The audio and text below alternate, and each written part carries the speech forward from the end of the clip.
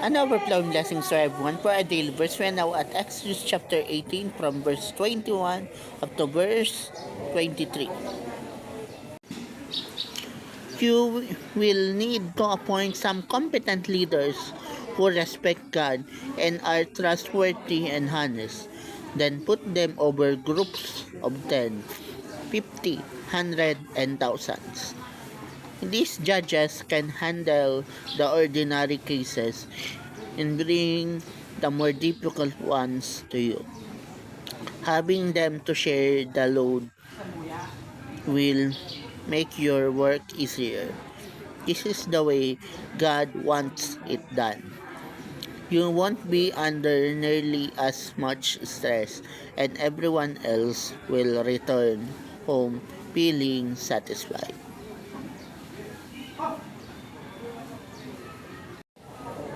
So that's Jethro's advice to Moses. You see the group of tens, the group of fifties, the group of hundreds, and the group of thousands. Meaning, nowadays, what we call those group or those leaders, and they are cell group. Yes, cell group. The group of tens meaning those capable of leading at least 10 people, and they became a cell group leader. And here comes the group of 50s, wherein, or should I say, the people who is capable of leading 50 people. That means he is a leader of leaders. Why? Because under him were 5 cell group leaders, meaning a leader of tens, and he gather the 50 people. No, he will gather the 5 people, and those 5 people will gather his cell members or cell group members. Then here comes the leaders of 100. So will if this group, this leaders of 100, should he call for the 100? No, he will call for what?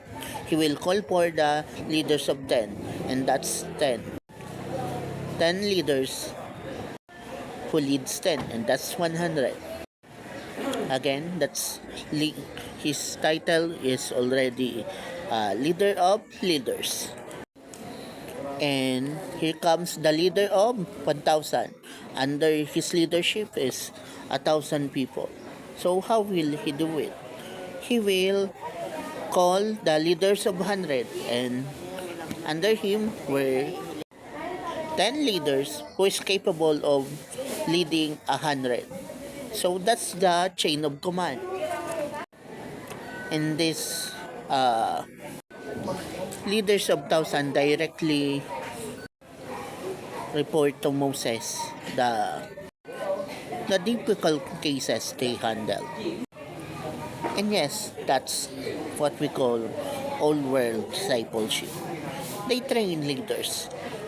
Moses trained leaders, and we too, even now, need to train leaders. Remember, Jethro is also a priest. He himself do it as well. So we need to do it as well. See? Remember, between Jethro and Moses, their relationship is not discipleship. That's mentorship. And between Moses and the judges whom Moses appoint, that's discipleship. Okay? Don't be confused. Jethro being his father-in-law and also became his mentor because of his experience being a priest.